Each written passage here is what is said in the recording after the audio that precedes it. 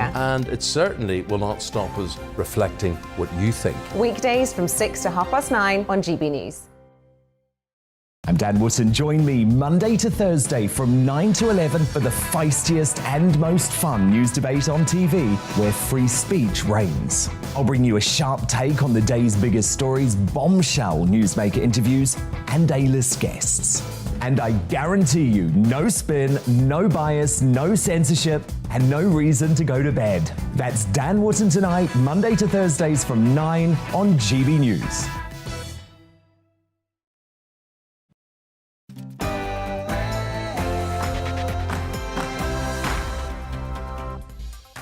Hello and welcome to We Need to Talk About on GB News with me, Alex Phillips, where we get stuck into the issues that we really should be looking at in depth.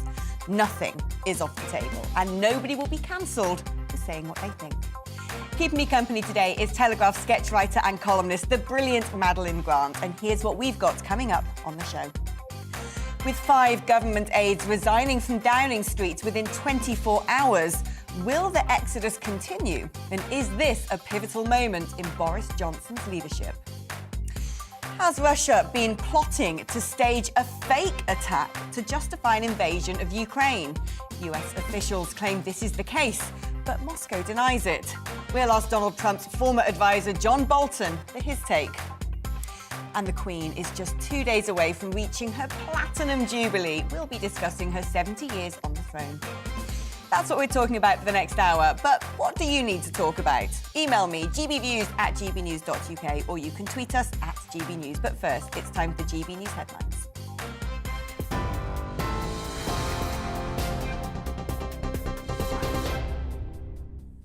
Good afternoon. It's 1 minute past 2. I'm Rhiannon Jones in the GB newsroom. Downing Street says the departure of the Prime Minister's Chief of Staff, Principal Private Secretary and Director of Communications had been agreed beforehand. Boris Johnson has reportedly told Downing Street staff that change is good.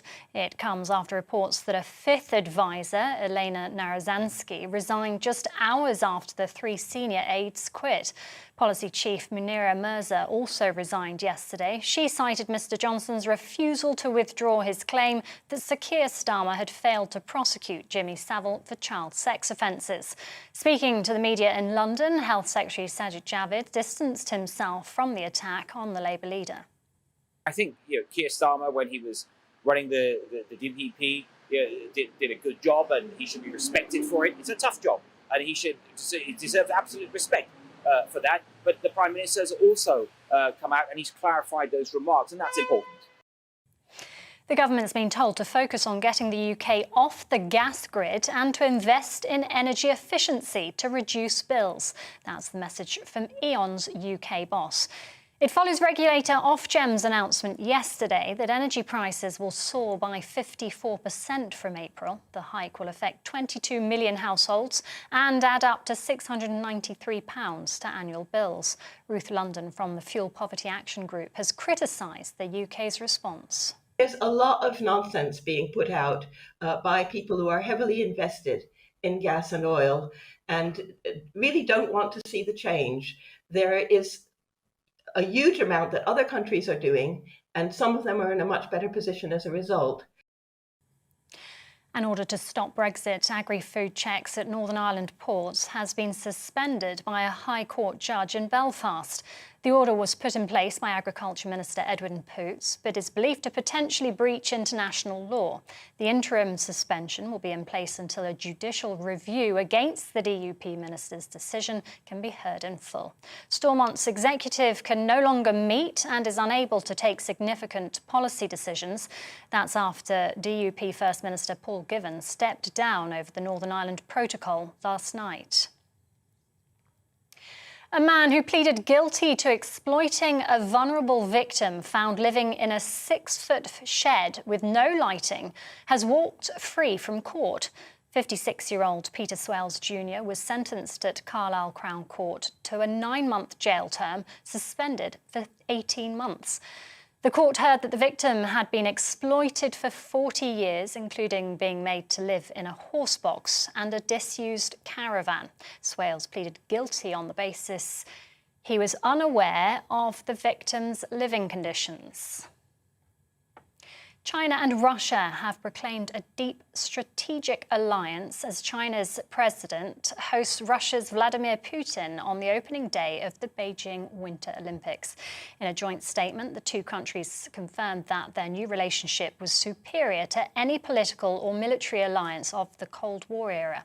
The Russian leader's visit comes amid growing Chinese support for Moscow in its dispute with Ukraine that threatens to break out into armed conflict.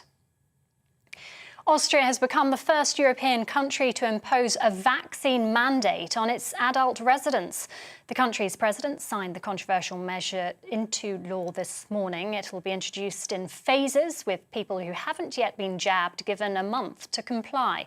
From mid-March, police will start conducting random vaccine status checks and issuing fines.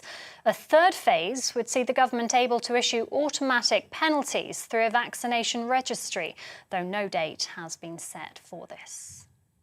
The first patients have undergone pioneering robotic surgery to treat throat cancer. Dubbed transoral robotic surgery, or TORS, are high-tech computer systems used to guide surgical tools and examine cancerous tissues. The breakthrough at Queen Elizabeth University Hospital in Glasgow means some patients will be able to avoid radiotherapy altogether.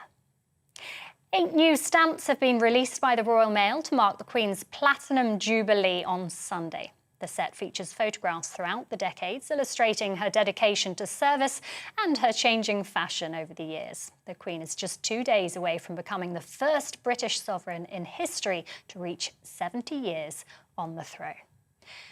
This is GB News. We'll bring you more as it happens now. It's back to Alex, and we need to talk about.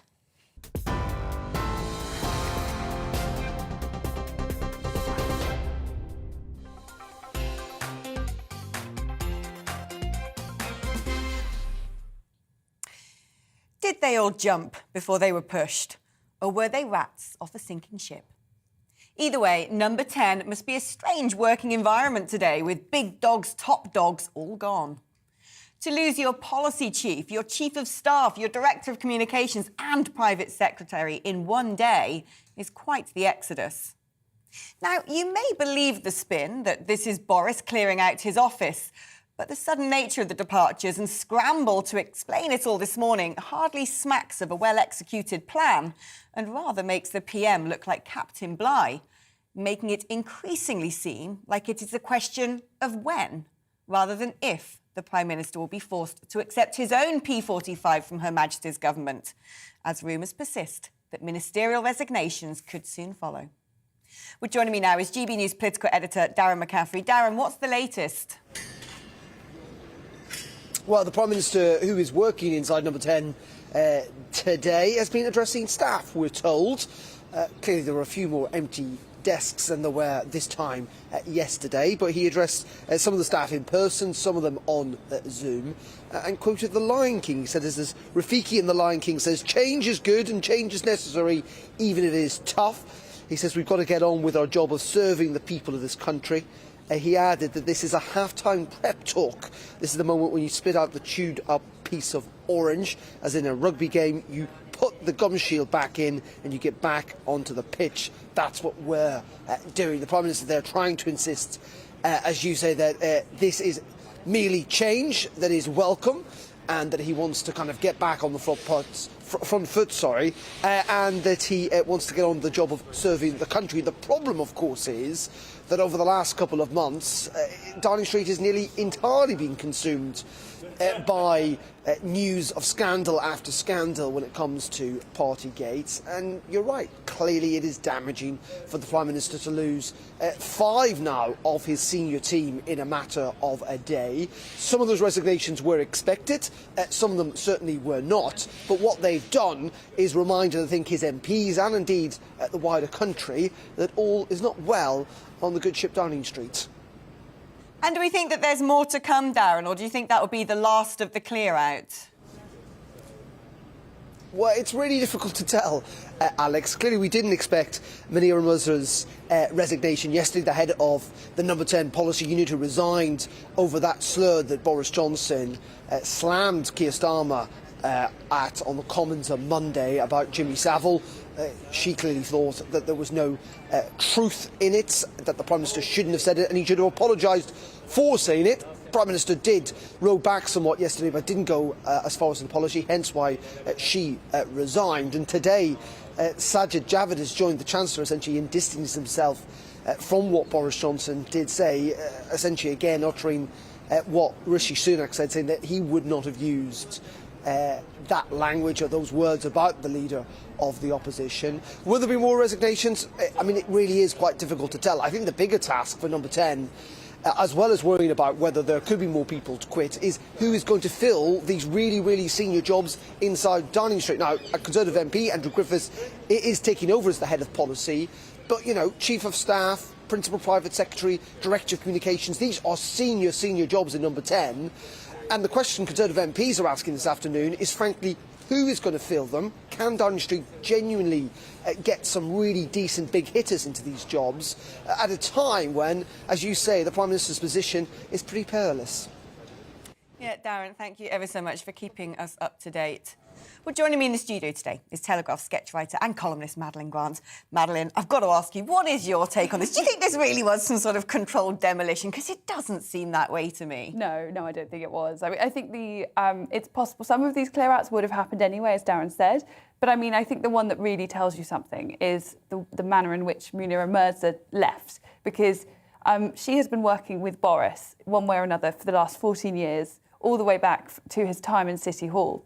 And I don't think that, as clumsy and inarticulate and foolish as that gaffe was, with the Keir Starmer, Jimmy Savile remark in the Commons chamber, that to me doesn't seem like the kind of remark that you would walk away after 14 years over.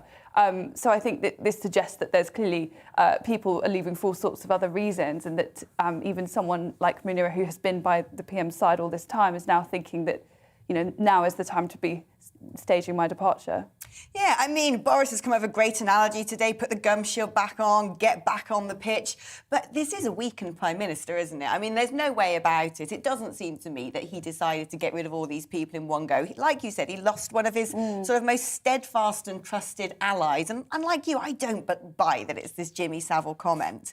So what happens now? Because you haven't got the big characters in Number 10 running Number 10. I mean, it must be chaos. Yeah, it is. And I imagine that the difficulty with filling these jobs, which are, you know, you do want big hitters in there, people with real experience to try to restore some kind of order and discipline where it has been visibly lacking for so long. The difficulty is, I mean, what's the incentive if you're one of these big hitters out there to go and work in the Number 10 operation as it currently stands?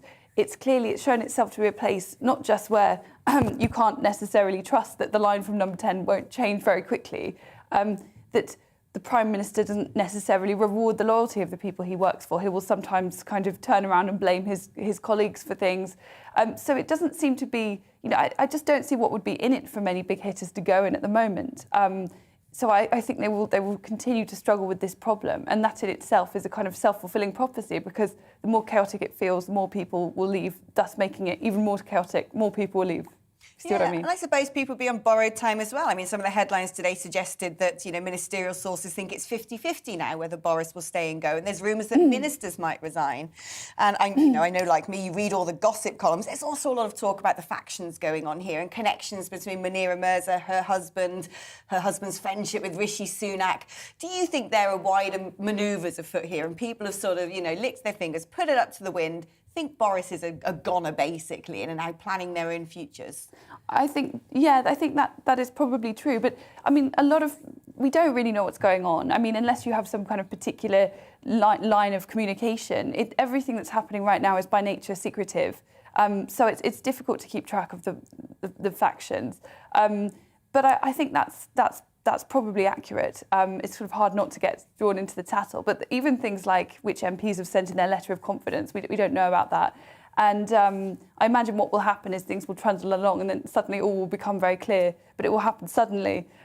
We won't necessarily have, because equally there's likely to be some briefing and counter-briefing, and you can't necessarily trust everything that is briefed. So yes, it's innately very difficult to keep track of it. It seems to be, as soon as we think this story is slipping down the headlines and we can focus on other things, yet another malicious leak to the media, another photograph, another accusation, whether it's Boris and the ABBA party in his own flat. I mean, it's relentless, isn't it? It's not going to stop until he's gone. Yeah, I mean, the thing with him leaving is that it's not as simple as all that. I mean, it looks very much as if the PM and his closest circle have adopted a kind of slightly tough, we're going to stay here for the long haul kind of attitude. And there's been what looks to be some quite strong counter-briefing against the people who do go against number 10. So it looks as if it's going to continue, and they're not going to leave in a hurry. And presumably the kind of Tory civil war could get nastier and nastier. It's actually not unlike the end of when Gordon Brown was reaching the end of his time in office. The briefing turned very nasty indeed. And it took a long time for him to leave, even after it had become clear that his position was untenable. Yeah, it's a job I wouldn't want to do, that's for sure. Thank you, Madeleine. I want to know your take on these developments. Do you think Boris has lost his USP a little bit? There he was doing that funny rugby analogy, but is he funny now? I mean, I don't know. I kind of feel like that sort of central element of his personality is the very thing we're now questioning following Partygate. Let me know, gbviews at gbnews.uk, or tweet us at gbnews. Should he stay? Should he go? You're with GB News on TV and DAB radio. It's time for a short break.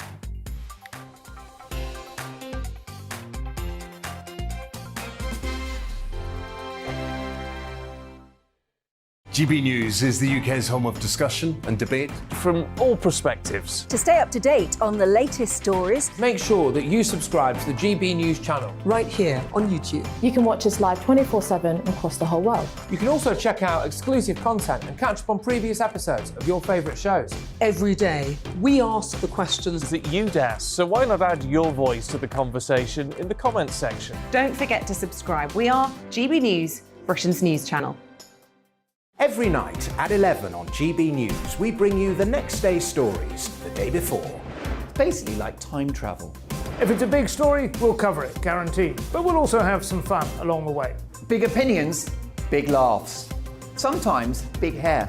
This is Headliners, the paper review show that won't send you to sleep like the others will. 11 p.m, 7 nights a week. Join us.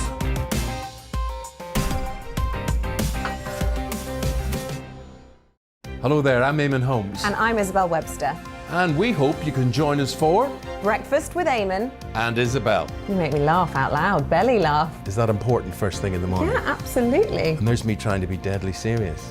News is a serious business. Yeah, I have to rein you in sometimes. Well, it doesn't stop us laughing at it. It doesn't stop us having an opinion on what's going on. Yeah. And it certainly will not stop us reflecting what you think. Weekdays from 6 to 9:30 on GB News. I'm Dan Wootton. Join me Monday to Thursday from 9 to 11 for the feistiest and most fun news debate on TV, where free speech reigns. I'll bring you a sharp take on the day's biggest stories, bombshell newsmaker interviews, and A-list guests. And I guarantee you, no spin, no bias, no censorship, and no reason to go to bed. That's Dan Wootton tonight, Monday to Thursdays from 9 on GB News.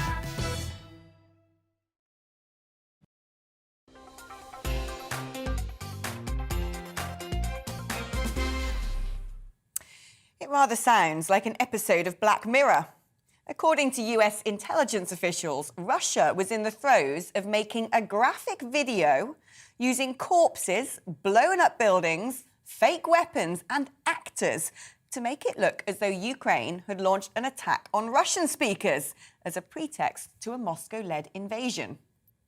Meanwhile, Vladimir Putin is guest of honour at the Winter Olympics in Beijing, largely boycotted by other leaders from the international community, to press flesh with his best buddy, Xi Jinping, with the two neighbouring nations announcing an unprecedented multilateral love-in, including a 30-year deal on gas and cooperation on nuclear.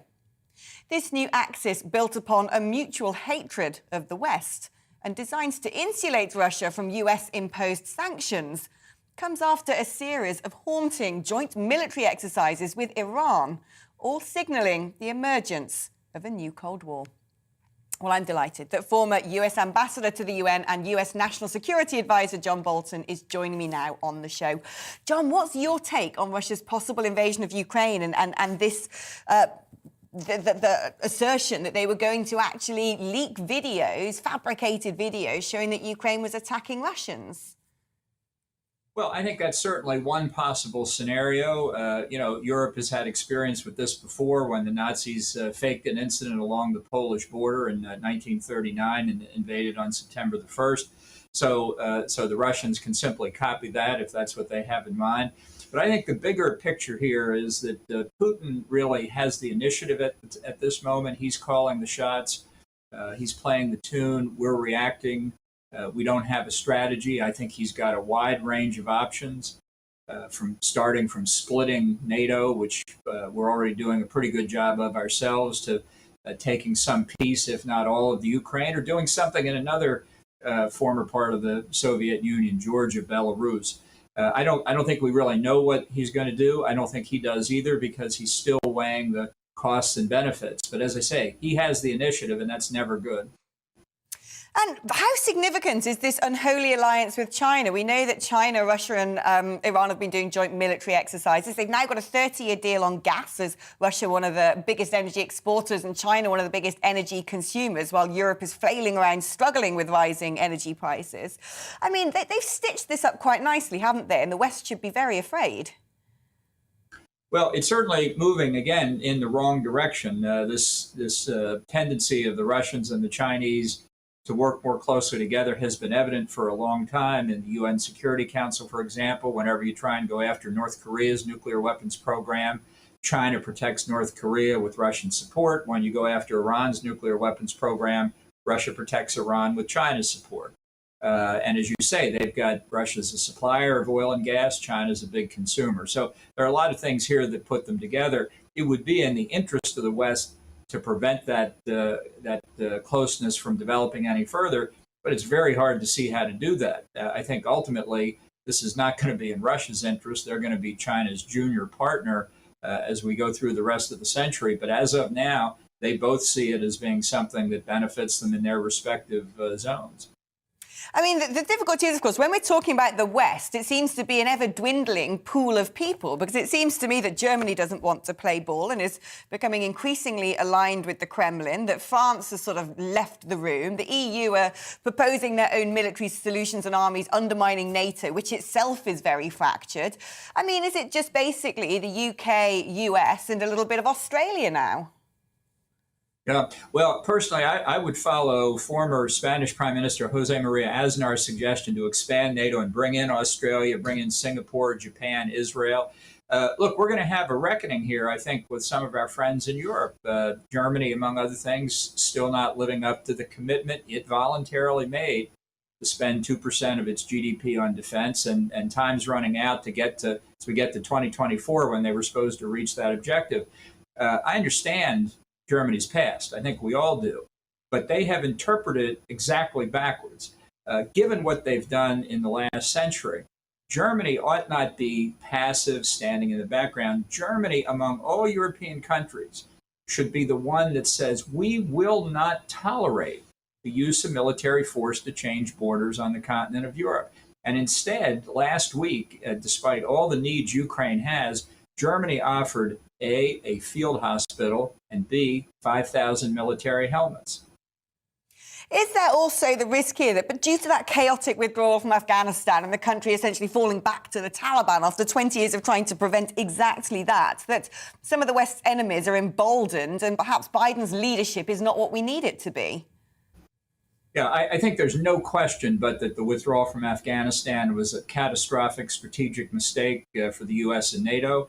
I think Putin and Xi Jinping have read it as a sign of weakness. I think they're correct about the weakness of the Biden administration. I don't think that's where the country is, but Biden presumably is president for the next 3 years. So this is going to be the subject of a huge debate in this country. And I think if we see a Russian military invasion of Ukraine and a seizure of a whole or even part of the country, I think that's going to have very, very negative effects on us and our friends and allies as well.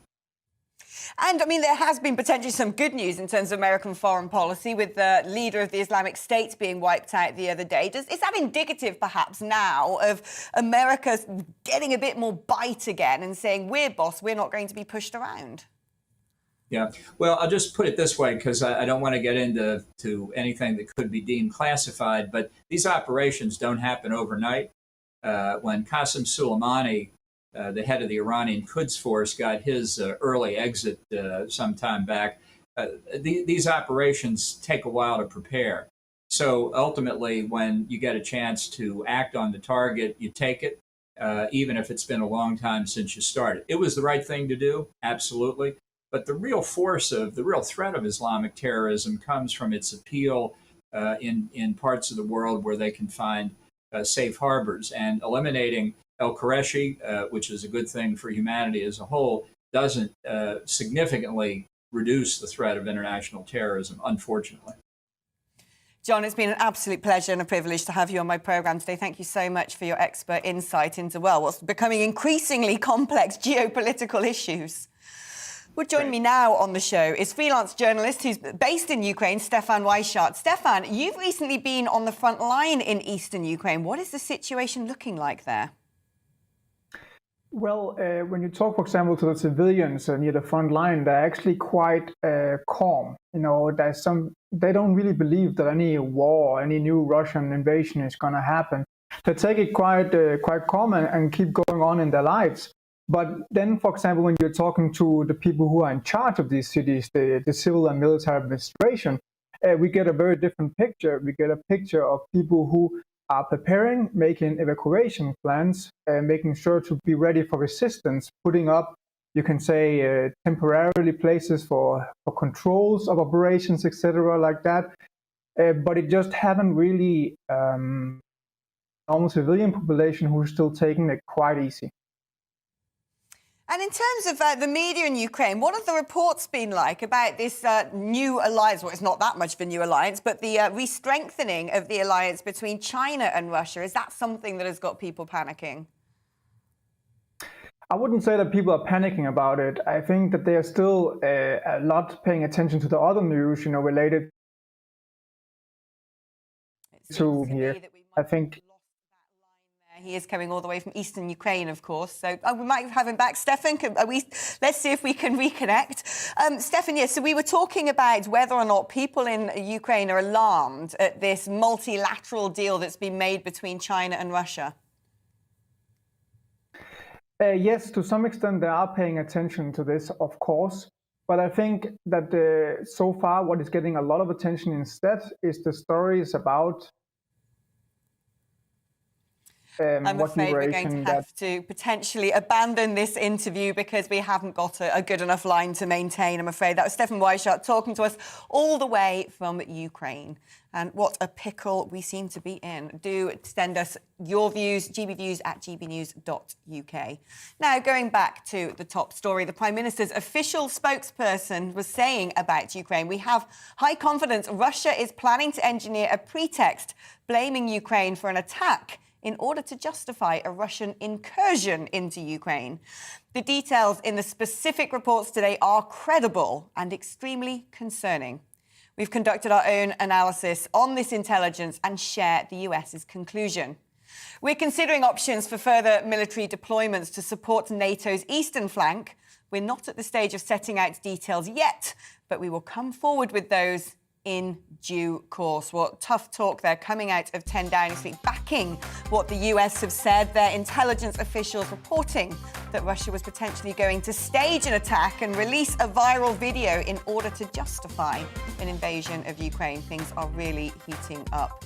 You're with GB News on TV and DAB radio. Coming up, the Winter Olympics kicks off in China today, but should Beijing even be hosting it?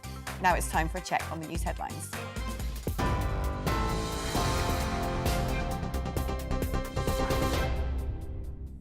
It's coming up to 2:30. I'm Rhiannon Jones in the GB newsroom.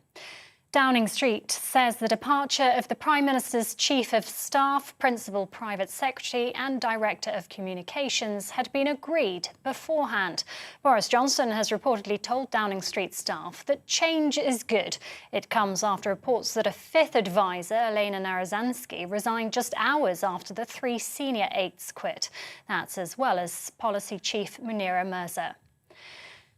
An order to stop Brexit agri-food checks at Northern Ireland ports has been suspended by a High Court judge in Belfast. The order was put in place by Agriculture Minister Edwin Poots, but is believed to potentially breach international law. The interim suspension will be in place until a judicial review can be heard in full. China and Russia have proclaimed a deep strategic alliance as China's president hosts Russia's Vladimir Putin on the opening day of the Beijing Winter Olympics.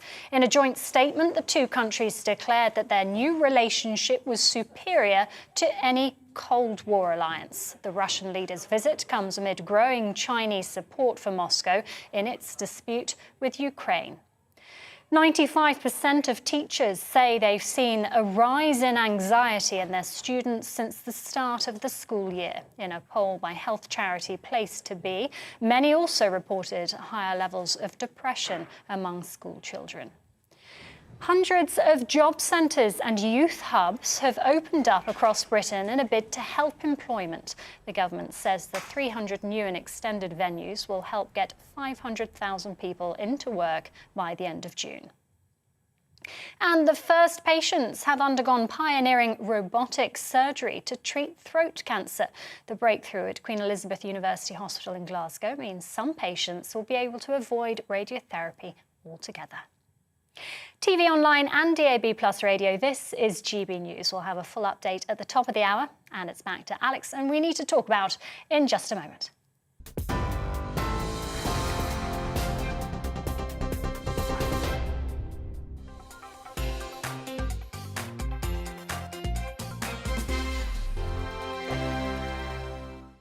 GB News is the UK's home of discussion and debate from all perspectives. To stay up to date on the latest stories, make sure that you subscribe to the GB News channel right here on YouTube. You can watch us live 24/7 across the whole world. You can also check out exclusive content and catch up on previous episodes of your favourite shows. Every day, we ask the questions that you'd ask, so why not add your voice to the conversation in the comments section? Don't forget to subscribe. We are GB News, Britain's news channel. Every night at 11 on GB News, we bring you the next day's stories the day before. It's basically like time travel. If it's a big story, we'll cover it, guaranteed. But we'll also have some fun along the way. Big opinions, big laughs. Sometimes big hair. This is Headliners, the paper review show that won't send you to sleep like the others will. 11 p.m, 7 nights a week. Join us.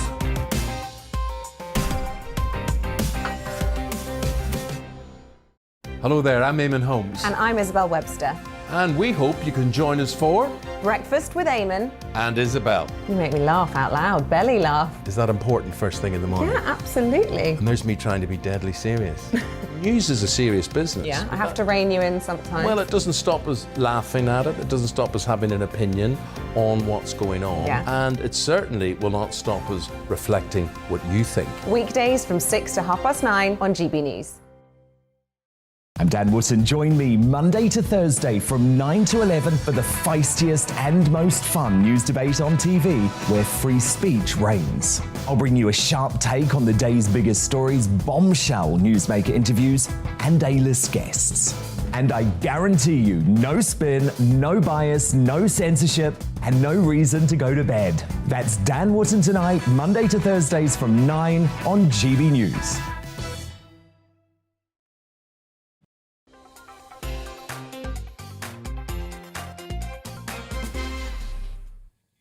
Well, let's return now to the story dominating the agenda today, the number 10 resignations. Joining me now is Benjamin Loughnane, Research Fellow at the Bow Group, Conservative think tank. Benjamin, how do you read the tea leaves for Boris? It's not looking good. I mean, they seem to have scrambled to say this was all deliberate and he's shaking up the top team, but it didn't seem very much like a controlled explosion to me. Yeah, no, it seemed very sort of erratic yesterday. We had, obviously, they say Jack Doyle didn't resign due to the same reasons as Munira Mirza, but then why not just wait until after the weekend? You know, why not give it a few days, wait until it's blown over? It seemed a bit sort of, you know, hatchety. It seemed it could have been coming from Boris. It could have been that he was saying, you know, time to go, you know, I'll let you resign with some grace. But I don't think that's what it was. I think it was people, you know, scurrying off the ship before it sinks. But the problem is, of course, there isn't anyone, as far as I can tell, they found someone else to head the policy unit, but there isn't people to automatically jump into these positions. So what have you got now? A big vacuum in number 10 in its operations? I think a lot of people are thinking, what's the point in taking this job if Boris is going to be out in a month or a couple of months or even a year? It's, you know, people want to, they want to do that job, they want to have a long-term strategy, they want to go and they really want to shake things up. And I think for a few people, they're thinking, well, let's wait and see when the dust settles, or the Boris will still be here in a few months. And I mean, for the Bow Group, which is among Conservatives a very renowned think tank, who would be your choice as successor? Would you want Boris Johnson to stay, or do you think he's a busted flush? And if not Boris, who? Who can uphold that 80-seat majority? Well, one of the things that I've said time and again is that the cleverest thing Boris has done is surround himself by people who are not a threat to his power. They're quite boring, quite mediocre, they don't have much personality, they can't command a majority in a way that he can. And whether he's deeply unpopular at the moment or not, he still has a certain pizzazz, which some of the people in Cabinet just don't have. You'd need to look, I think, to the backbenches, some of the dark horses. I think there are some possible candidates, but at the moment they're not the Cabinet. You know, the front runners. I don't think Rishi Sunak, who a lot of people have cited as a possible replacement, I don't think he's worth, you know, what people say he is, and I think he would collapse very quickly in a leadership contest. I mean, you talked about Boris's pizzazz, but basically what's going on with Partygate is an assassination of that exact USP, that sort of bon vivant, the big personality, the charisma, the sort of punetry, the ability to basically laugh at life and bring a bit of cheer. It doesn't seem so funny anymore, does it? Well, I mean, it does keep, the water keeps going off his back. He's very good at escaping things by sort of laughing it off, and clearly it seems to be working because he's still in position. You know, the MPs are, you know, not striking yet. The letters haven't gone in, they haven't had a vote, and I think if there was a vote, he'd probably win it and then he'd have a year of free reign. So they're holding off until he does something really bad that he can't escape. But everything he does, he seems to be able to escape. Well, he has the reputation for being able to do that, but surely he's on borrowed time because we don't know when the Met Police's report is going to come out, but all the constant leaks to the press are indicating that he's not going to be found innocent. No, and I think that's one of the reasons why so many people are resigning, because of that ongoing investigation. I think a fair few of them know that they might be pictured at some of these parties, they might have been involved. In fact, Martin Reynolds famously sent the email saying, bring your own booze. I mean, a lot of these people, I think it's possible they were implicated, and that's one of the reasons they're going now, because they know they might be due getting a bad time in the press next week or in the coming weeks. I think with Boris, it's a similar thing. He knows the writing might be on the wall, and he needs to really scramble to get a good team in place and start doing some positive policy making so that that covers up the scandal that is coming. I think he knows there's a storm brewing, and he knows things are only going to get worse.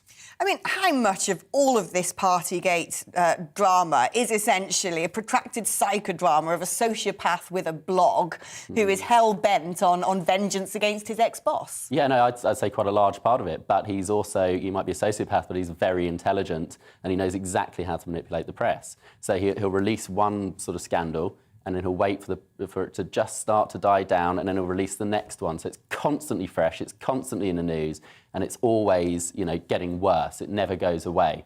So, you know, don't underestimate him. He knows exactly what he's doing, and I think Boris will be very careful. You know, he needs to get some good people around him, start making some positive policy making, otherwise I think he is for the chop very soon.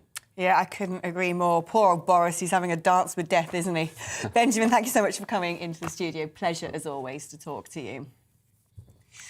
Well, now, the opening ceremony of the Beijing Winter Olympics is less of a staging for cold weather sports and more like a Cold War-esque two fingers up at the world, as Vladimir Putin plays guest of honour at the major sporting event most Western nations have chosen to diplomatically boycott.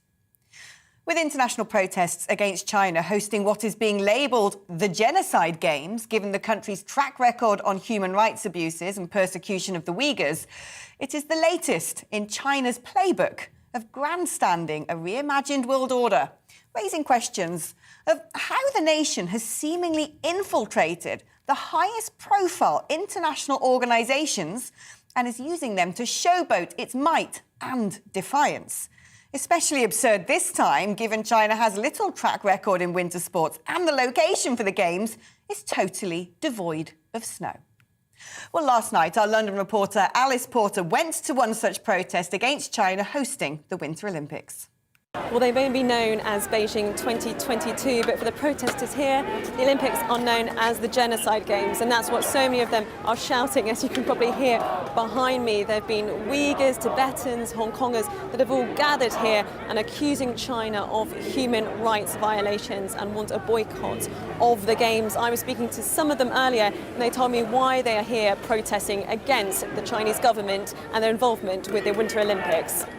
I would say the boycotting the Beijing Olympics is a symbolic move to try to signal that the world is watching. The world is watching upon the genocide in Xinjiang, the total genocide in Tibet, and all kinds of human rights oppression happening in Hong Kong. I'm here today to boycott the Winter Games, the Olympic Winter Games in Beijing, and I'm part of Tigray Youth Network, which is a diaspora initiative in the UK campaigning for an end to the genocidal war on Tigray, which is the northernmost region in Ethiopia. We're here boycotting the Olympics because of China's involvement in the genocidal war, particularly arming the federal government of Ethiopia to continue. My mum, who's here with me, her cousin and other members of her family were killed in the Holocaust. The similarities are so obvious for everyone to see. But unfortunately, people are choosing to ignore it for the basis of trade and financial incentives. It's very, very easy to turn your back. If more people didn't turn their back on my family, many of them would still be here today. So I urge everyone to look into this, to understand what's going on, and to boycott the Beijing Olympics. That was some of the protesters speaking to me earlier about the Winter Olympics. Now, the British government, along with Canada and the US, have decided to do a diplomatic boycott of the Games. And that means they'll still be sending athletes to the Games, but they will not be sending any officials or ministers. And that's partly because last year the British government voted on the situation in China, particularly in regard to the Uyghurs. There's about 1 million of them, of the Muslim minority in China, that are currently in internment camps at the moment. And there's also accusations of forced sterilisation and torture. And therefore, the British government had a vote last year and declared the situation in China genocide, along with a number of other countries as well. So that's one of the reasons why there's been this diplomatic boycott. But for many of the groups that are gathered here today, whether they're from Uyghurs or from Hong Kong, they're frustrated that the Games are taking place at all and are angry at the International Olympic Committee and saying that by having the Games there, you are legitimising a regime that is involved with human rights abuses. Now, China says that there is no genocide taking place at all and is very angry of the condemnation that they've received from the international community. So it'll be interesting to see what we will see over the next couple of weeks in regards to the Games, as there are many people who are very frustrated and angry that they have been allowed to take place in China. Well, let's talk now to China commentator and author of China's Urban Revolution, Austin Williams. Austin, what are your thoughts on China hosting the Winter Olympics? It seems rather absurd to me. What, rather absurd that they're hosting it, or that there's protests within the week that it actually starts? I mean, I'm a great believer in sporting events being sporting events and try to depoliticize those events and just celebrate the excellence and the sporting excellence that it portrays. I think China is a fascinating country, and I think that from that last package that you just showed, some of the hyperbole.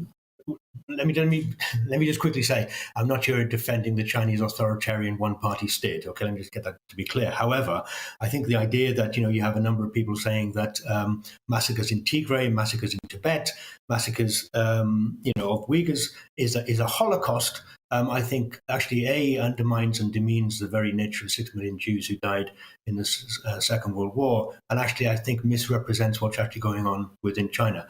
What is going on in China is obviously appalling, and Uyghurs and Kazakhs and ethnic minority Muslim groups are being rounded up and locked up and not being treated to the law of the land that we would like to see.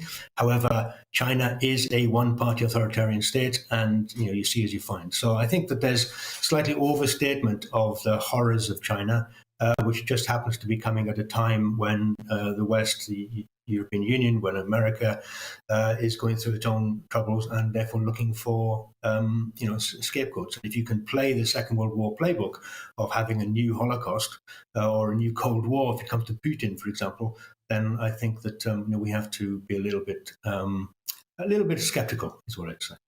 So do you think that Western leaders are right to boycott these games, or does this actually play into China's hands, rather, of making potentially the West look like bad faith actors?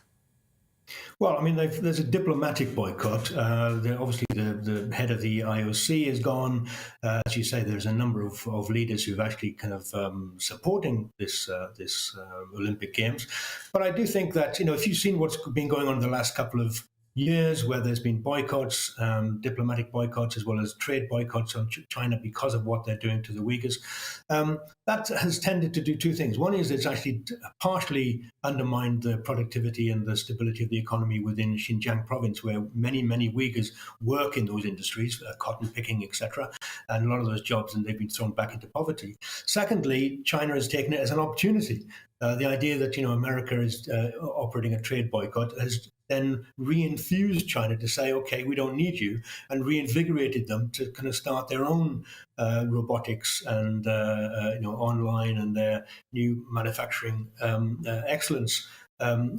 Factories left, right, and centre. So, by getting rid of maybe some of the computer technology companies from the West, they're now starting to engineer and invent and actually create new R&D for themselves. So, these things have unintended consequences. And I do think playing politics with a sporting event is not the way to go. If you do have problems with Beijing, that's something we need to raise. But I also think, conversely, that maybe we really need to kind of ratchet down the tensions and the hype and hyperbole going on at the moment. Just like Mr. Bolton was saying earlier with respect to Russia, I think we really need to be a little bit more careful in the way that we throw these accusations around.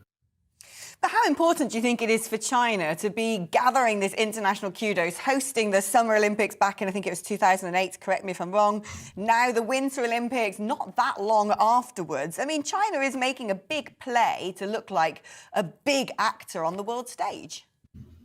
Well, of course, but it is a big actor on the world stage. The second biggest economy in the world, biggest population in the world. It's a major player. It's still, as it happens, self-defining as an underdeveloped country, so it still has a long way to go. And there's massive poverty, even though China's done miraculous things in raising people out of poverty. And if you look at the United Nations recommendations on its ambitions to take people out of poverty across the world, the only reason they achieved those targets is because China did it for them. The United Nations didn't really help people in Africa or in underdeveloped countries of their own volition. They required China to actually raise its own productivity and help its own poor people. So statistically, it looks good for global poverty alleviation. But I do think that China is obviously trying its best to normalize itself in the world stage in some respects, as well as you've had on earlier in the show, forming some kind of allegiance with Putin and Russia, in some ways recognizing that maybe the West, for them, is a problem, just as we might see China for us is a little bit of a problem. So I'm not trying to downplay the fact that there are incredibly dangerous geopolitical tensions at play here, partly, I would suggest, engineered by China and partly engineered by the West. So I think we have to be a little bit cautious. China at the moment is trying to maintain, expand its sphere of influence within Asia, as is America and UK and the European Union. So we just have to be a little bit cautious. By the way, as we talk about China being a real danger to the world, so we still, it seems, in terms of British capitalism, still require China to send us their goods. Because British manufacturing is hardly sparkling at the moment. So while British growth declines and the impact of the coronavirus panic has kind of destroyed the economy in the West, so we have this very interesting tension between seeing an enemy as somebody that we actually need to protect our consumerism and our dynamism in some respects. Austin Williams, thank you ever so much for joining me and giving me your views on this. Madeleine, what are your thoughts? I mean, it's remarkable, isn't it, how they've managed to get right into the heart of these big international organisations. The reports are China was having to generate fake snow for these Winter Olympics. Well, I firstly would say that I don't think that it's hyperbole to warn about the danger posed by China, a country that has set up a network of concentration camps to house its Muslim minority population, a country that is committing what many of our politicians believe to be genocide, and also the country that gave us the coronavirus pandemic. I think it's very foolish to understate the danger posed by China. But in terms of the legitimacy that the Olympics brings, I think that's very right. It's not a million miles away from the propaganda coup for Nazi Germany that the Berlin Olympics in 1936 acted as. And I think that with the Beijing Olympics, I do agree with the point we heard earlier about sport not being too politicised. But the trouble is that when athletes going to the Games are prevented from making any kind of political stand, which is what's happening, there are certain words that athletes are not even allowed to use, words like Xinjiang and Tibet, that they have been banned from using, and any mention of the disappearance of the tennis player Peng Shuai. It's not. If this were being a platform in which we could discuss the sort of abuses, but that's not happening. It's become a kind of propaganda exercise that is very heavily controlled by the Beijing authorities. So I think that it's not, it's not happening in the way that people might argue that these sorts of games could be used to be as a point of reconciliation. It's the exact opposite that seems to be happening. I mean, you raise a very good point there. This is the country that most people believe brought us the coronavirus. At the very least, there is a huge cover-up exercise, which, if there had not been, perhaps it might not have become a global pandemic. And it makes you have to ask the question, how on earth are they getting into the very heart of these international organisations and saying, yeah, we've just given you a pandemic and we've got no snow, but we want the Winter Olympics, and cozying up to the WHO and sort of enforcing these, being influential in enforcing lockdowns all over the world, and we just let them carry on. Well, it's extraordinary, isn't it, when you consider that there were many other countries that could have hosted these games. Could have been South Korea, could have been any number of countries instead. It's not as if we've not known of their human rights abuses for some time, and yet the IOC has continued to persist. And the IOC is partly responsible for the lie that Taiwanese athletes have to tell at the Olympics, where they have to compete under the term Chinese Taipei, which was, I think, the IOC agreed to do that to placate China back in 81, I think. It was a long time ago. And these things persist.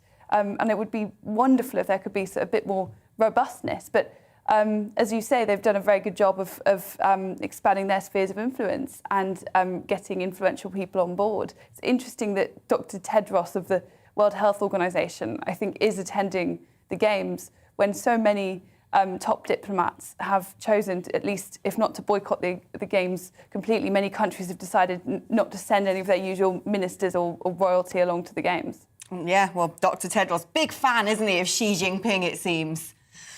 Well, moving on to something a little bit more positive and something we can celebrate, because Sunday officially marks 70 years since Queen Elizabeth II came to the throne, making her the longest-lived and longest-reigning British monarch, the longest-serving female head of state in history, the oldest living and longest-reigning current monarch, and the oldest and longest-serving incumbent head of state. Quite the record. But what has the second Elizabethan period meant for Britain? And what is it about the poise and stoicism, the principle and duty of one of the world's most beloved women that has captivated the hearts and minds of people across the globe and championed British values to the international community? As we commemorate 7 decades of servitude this year, for many, the poignant unspoken question of how we follow her incredible legacy hangs over the nation. So let's wrap up on this, Madeleine. What do you think about the Queen and her legacy, and what does happen next when our beloved Bess is no longer on the throne? I mean, I couldn't possibly say what will happen. I mean, it'd be terribly sad, and I think it will be unimaginable for so many people, because it's hard to think of anyone else there is such continuity in the public memory, the public mindset. My mum is a pensioner now, and she was born during the reign of Queen Elizabeth in the early years of her reign. So, hardly anyone can remember a time before Queen Elizabeth, or not very many can remember it very well. It's sort of hard to imagine a time without her. And when you consider the enormous changes that have happened in society at the time that she's been on the throne, and I couldn't tell you how many prime ministers, like 12, 13, 14, many. And probably another one coming up soon as well. And the first one was Churchill. It's amazing, isn't it? It's amazing. 7 decades. Well, we can be joined now by Richard Fitzwilliams, who is a very well-known royal correspondent, to also have a little look back at the 7 decades. I mean, the second Elizabethan period really has been astonishing, Richard, hasn't it? Oh, it's been amazing. I mean, the Queen, firstly, it shows the importance of having a hereditary institution which is above party politics, because if you look over the last 7 decades, you see the most seismic change in British society from the deferential 50s to 60s, which were extraordinarily innovative, but you had the monarchy still very, very strong at that time. Then came Murdoch and a far, far more intrusive press through 3 jubilees and through new technology, mass immigration, changes to a cultural renaissance, I would say, that is unique in our history. But also, I mean, as a country, consider the change from empire to Commonwealth, but also in and out of Europe. So it's very much the case that Britain hasn't found a role that is entirely easy with, but the Queen has been there to be this symbol that somehow seems unchanging. She's never given an interview. She's enigmatic in many ways. We don't know her views on controversial topics, and obviously it's an impossible act to follow, and you wouldn't expect anyone to attempt it. And the monarchy is very, very good at reinventing itself and in different periods of history. The Cambridges of the future, they and their family, and they seem to be doing superbly. But there's no doubt it's a very difficult period for the monarchy at the moment. Not the first by any manner of means, but nonetheless, if you think back at over 1,000 years of history, there's been an Elizabethan age, there's been a Victorian age, but also, I would say, the other monarch that has things. Richard, thank you so much. Your line's going a bit dodgy, and actually, that's all we've got time for as well. So thank you for joining me today. I will be back again next week, same time, same place, for We Need to Talk About on GB News, 2 o'clock from Monday. Coming up next, it's The Briefing with Arlene Foster, but first, it's time for the weather forecast. Hello again. It is an awful lot colder out there today. A stiff, fresh wind bringing a mixture of sunshine and showers. And those showers are wintry, particularly over western Scotland, where snow showers will continue through the day. This cold front has swept across the country overnight, clearing from East Anglia and the southeast by around about lunchtime. Introduced the colder air, and it's still windy out there as well, and that wind bringing a lot of showers into Northern Ireland, western Scotland. Snow here down to low levels at times, building up over some of the higher routes, particularly in western Scotland. For Northern England, a mixture of hail, sleet and snow in the showers here, along with North Wales. But further south and east, not too many showers, many places dry and bright with some winter sunshine, but it is cold. Certainly a lot colder than recent days. Add on that wind, that gusty, gusty wind, and it feels even colder. And that wind will continue to bring more snow showers over western Scotland this evening. The potential for some disruption, especially on some of the higher routes, as the snow could start to build up. But elsewhere, the wintry showers do tend to ease this evening. For many, it'll be dry across the south and east, certainly dry as we head into the weekend. But it will be cold with temperatures close to freezing, even in towns and cities. Some sunshine then early on across the Midlands, East Anglia and the southeast, but cloud and rain will move back in across the north with some further snow across Scotland, intending to rain at lower levels through the day. And we'll see that rain on and off for Northern Ireland, Northern England, Wales throughout the afternoon. Further south and east, most places dry, turning milder again, but not feeling all that mild with the strong wind. And the cold weather returns to northern Scotland through Saturday afternoon. And again here on Saturday night, snow showers could cause some further disruption on the higher routes especially. We'll keep the cloud and rain across much of northern England and Wales as we head into Sunday morning. Sunday, again, staying pretty mixed, staying windy with wintry showers across the north, a lot of cloud and outbreaks of rain in the south.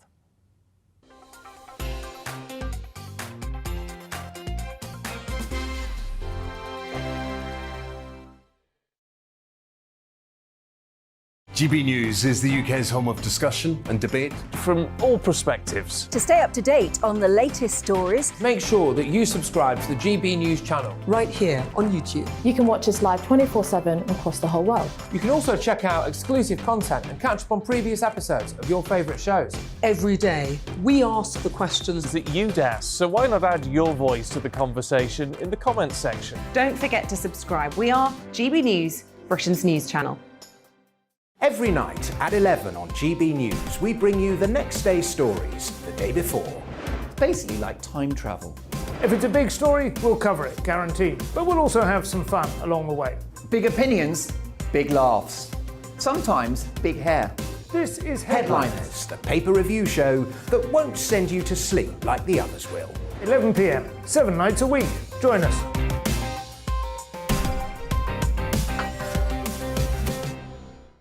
Hello there, I'm Eamon Holmes. And I'm Isabel Webster. And we hope you can join us for Breakfast with Eamon. And Isabel. You make me laugh out loud, belly laugh. Is that important first thing in the morning? Yeah, absolutely. And there's me trying to be deadly serious. News is a serious business. Yeah, I have to rein you in sometimes. Well, it doesn't stop us laughing at it. It doesn't stop us having an opinion on what's going on. Yeah. And it certainly will not stop us reflecting what you think. Weekdays from 6 to 9:30 on GB News. I'm Dan Wootton. Join me Monday to Thursday from 9 to 11 for the feistiest and most fun